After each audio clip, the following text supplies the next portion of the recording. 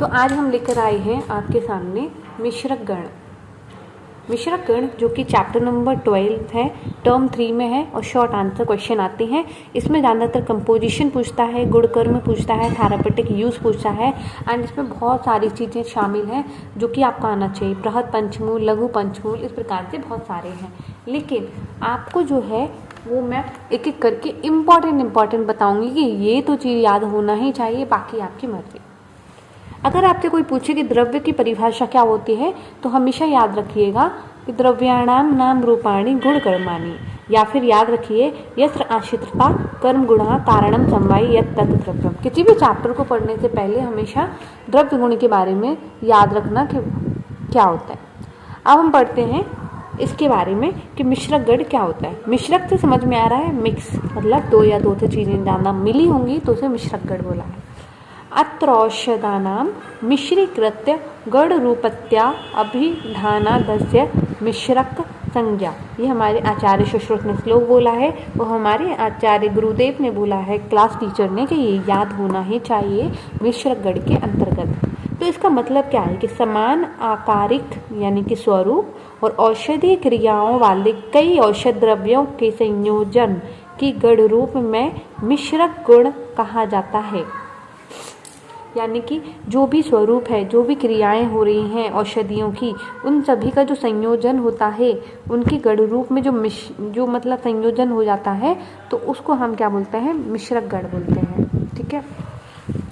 चक्रपाणी क्या बोलते हैं, मिश्रित द्रव्य समूहों मिश्रक गण, यानी कि अलग अलग गुण कर्म और प्रकृति वाले अनेक द्रव्यों को एक समूह में संग्रहित किया जाए, यानी कि उसको एक साथ एक ही चीज़ों में, एक ही द्रव्य में गुण कर्म प्रकृति वाले सभी द्रव्यों को एक ही समूह में, एक ही ग्रुप में किया जाए तो वो मिश्रक गण कहते हैं। ये हमारे आचार्य चक्रपाणी कहते हैं। अगर आपको और याद करना है तो एक ये भी श्लोक बोला गया है, बट ठीक है, एक श्लोक ये वाला काफ़ी है। वर्गीकरण की मैं बात करूँ तो आचार्य सुश्रुत ने 37 चैप्टर में मिश्रक गण के बारे में बताया है और आचार्य सुश्रुत ने 37 चैप्टर का नाम भी मिश्रक रखा है। भाव प्रकाश निघट्टू में आचार्य कौन है, भाव मिश्र है। इन्होंने क्या किया है, पूर्व खंड में मिश्रक प्रकरण के अंतर्गत त्रिफला, त्रिकटु और पंचकोल कई मिश्रक गुणों का वर्णन किया है। ये दोनों आप काफ़ी याद कर लोगे, बहुत है। राजनिघंटु एक इम्पॉर्टेंट थोड़ा सा माना जाता है कि राजनिघंटु के आचार्य हैं नरहरि पंडित ने राजनिघंटु का एक वर्ग का नाम मिश्रकादि वर्ग रखा है। इस प्रकार से मिश्रक गण समाप्त होता है। अब हम इसके अंतर्गत बात करते हैं बृहद पंचमूल की, तो शुरू करते हैं। हे गाइस, तो हम पढ़ने वाले हैं आज एक और चीज, हम पढ़ेंगे आज बृहद पंचमूल। तो सबसे पहले हम पढ़ते हैं बृहद पंचमूल। पंचमूल सबसे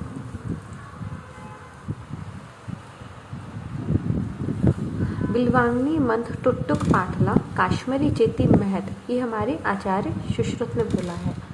क्या बोला है, बिल्व आग्नि मंथ टुटुक पाटला काश्मीरी चेती महत, यानी कि हमारे जो पंच महाभूत हैं वो कितने कहे गए हैं, ये बृहद पंचमूल ये कहे गए हैं। बिल्व अग्नि मंथ टुटुक पाटला काश्मीरी चेती महत, उसी में ये हमारे आचार्य सुश्रुत ने बोला है। वहीं मैं बात करूँ, हमारे आचार्य भाव प्रकाश ने क्या बोला है, श्रीफल सर्वतोभद्रा पाटला गड़ी कारिका शिवनाकः पंचवी चेते पंचमूलम महंतम, यानी कि हमारे भाव प्रकाश ने 5 बताए हैं, सुश्रुत ने भी 5 बताए हैं।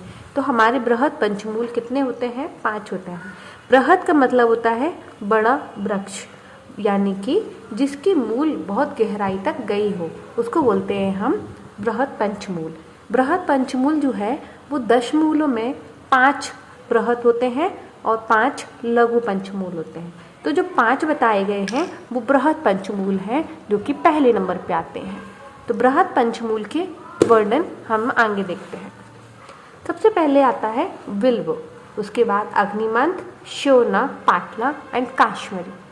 बिल्व जो होता है इसका बॉटनिकल नेम क्या है, ईगल मार्मी लॉस। ये आपको याद करने की मैं ट्रिक बताऊंगी। ये आपको हमेशा याद कैसे रखना है हम आपका एक तरीका है कि जो बिल जैसे आपने जैसे ये आपको याद करना है, सबसे पहले प्रायोरिटी होना चाहिए कि आपको ये दोनों याद होना चाहिए, ये कर्म ये सब भूल जाओ।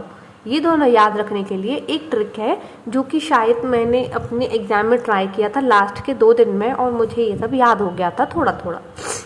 तो जब 2 दिन में इतना हो सकता है, तो अगर आप 1 महीने पहले से पढ़ोगे तो सब हो जाएगा। आपको क्या करना है, जैसे बिल्व पढ़ रहे हो तो आप उसमें लिखो कि बिल्व का बॉटनिकल नेम ईगल मार्मिलोस क्यों रखा।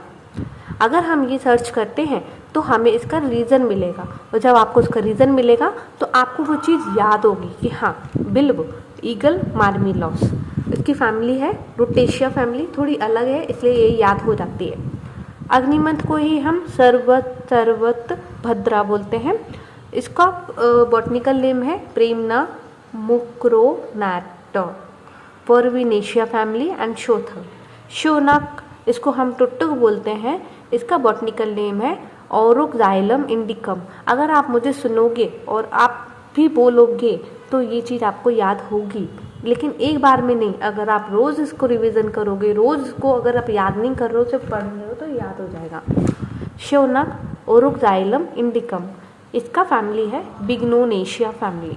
तो शोनक पाटला हमेशा ऐसे ही साथ में रहते हैं, तो इन दोनों का फैमिली क्या हो जाएगा, बिग्नोनेशिया फैमिली। पाटला का बॉटनिकल नेम है स्टेरियोस्पर्मम, स्टेरियोस्पर्मम सुआवियोलेंस, सुआवियोलेंस। ये तरीका है याद करने का, अगर ऐसे याद करोगे तो थोड़ा बहुत याद हो जाएगा। इसका भी कर्म जो है वो हम देख लेंगे बाद में। गंभारी, गंभारी का बॉटनिकल नेम है जिमेलिना आर्बोरिया, बर्बिनेशिया फैमिली। ये हमने देखा इसका बॉटनिकल नेम एंड फैमिली। सबसे पहले आपकी प्रायोरिटी यही याद करने की होनी चाहिए। उसके बाद हम इसके कर्म देख लेते हैं। अगर 5 मार्क्स में आता है बृहद पंचमूल, तो आपको इस तरीके से एक श्लोक और उसका ये टेबल बना देना है। 4.5 मार्क्स आराम से मिल जाएंगे, क्योंकि फुल मार्क्स किसी को दिए नहीं जाते, दिए जाते हैं लेकिन अगर आप और अच्छे से लिख दोगे इसमें रसपंचक वगैरह वगैरह तो मिल जाएंगे। कर्म की मैं बात करूँ तो बिल्व का कर्म है ग्राही, अग्निमंथ का कर्म है शोथर। 3 चीज़ों में शोथर इसका कर्म है, अग्निमंथ, पाटला एंड गंभारी इसका कर्म है शोथर। और अब हम बात करते हैं इसकी शोनक का कर्म की, तो आमहर हो जाएगा इसका। इस प्रकार से हमने इसका बृहद पंचमूल का बॉटनिकल नेम और उसके 5 के नाम हमने पढ़े। उसके बाद हम देखते हैं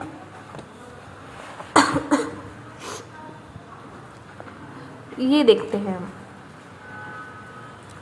गुड़ कर्म। अगर मैं गुड़ कर्म की बात करूँ तो सतिक्तम कफ वातनम पाके लघ्व अग्नि दीपनम मधुर अनुरसम च एव पंचमूल महत स्मृतम। यानी कि हमारे आचार्य सुश्रुत ने बोला है, क्या बोला है कि इसका रस जो है वो क्या है, तिक्त है।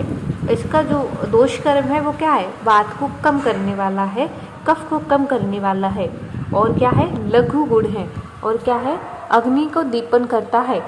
मधुर इसका क्या हो जाएगा, अनुरस हो जाएगा। चाहे पंचमूल महत स्मृतम, ये पंचमूल के रस पंचक बताए गए हैं, जिस प्रकार से हम इसको याद कर सकते हैं। वही हमारे आचार्य भाव प्रकाश ने बोला है कि पंचमूलम महत तिक्तम कषाय कफ वात अनुत मधुरम श्वास कास घन उष्णम लघु अग्नि दीपनम। यानी कि ये हमारे भाव प्रकाश ने बोला है। इस प्रकार से बृहद पंचमूल का कर्म जो है वो हम देख सकते हैं। इसके रसपंचक आपको याद होना ही चाहिए, एग्जाम में लिख के ही आना है, श्वास हर, कास हर एंड दीपन। उसके बाद हम इसका ट्रिक देख सकते हैं। पीजी के एंट्रेंस के एग्जाम से हम इसकी ट्रिक देख सकते हैं कि पाटलिपुत्र के बिल्व पर, हम इसका ट्रिक देखेंगे कि पाटलिपुत्र के बिल्व पर अग्नि लगने से शोनक गंभीर हो गया। ये एक ट्रिक है याद करने की, आप इसको याद कर सकते हो। तो आज का लेक्चर यहीं ख़त्म होता है, बाकी आपको अगले लेक्चर में बताएंगे। तब तक अपना ख्याल रखिए, अच्छे से रहिए, प्रेशर मत लीजिए, पढ़ाई मन से कीजिए और नॉर्मली पढ़िए। हर चीज़ का प्रेशर नहीं लेना है, हो जाएगा, धीरे धीरे सब हो जाएगा। Okay, bye. देखो मैं आपको एक और चीज़ बताती हूँ, अगर आपको इस तरीके से याद हो रही हैं चीज़ें तो मुझे बताना, तो मैं इस प्रकार से एक वीडियो बना दूँगी। श्योनाक का मैं एक चीज़ बताती हूँ, ये बहुत अच्छा तरीका है। जैसे देखो, औरो, औरो मतलब होता है पर्वत, जाइलम मतलब होता है लकड़ी, और इंडिकम मतलब होता है भारत। तो भारत के पर्वत पर ऐसी लकड़ी मिलती है जिसका नाम है श्योनाक। कुछ याद हुआ? तो इसीलिए इसका बॉटनिकल नेम रखा ओरोक्साइलम इंडिकम, यानी कि बीनोनेशिया फैमिली। अगर ऐसे याद हो रहा है तो बहुत अच्छी बात है, तो मैं और अच्छे से बता दूंगी याद करने का ट्रिक, क्योंकि हर चीज़ की ट्रिक नहीं बनती है। तो आप इस तरीके से याद कर सकते हो, और इसकी फ़ोटो देख लेना गूगल पे कैसा दिखता है, तो थोड़ा सा आपको दिमाग में 2 दिन तक बैठ जाएगा। ठीक है।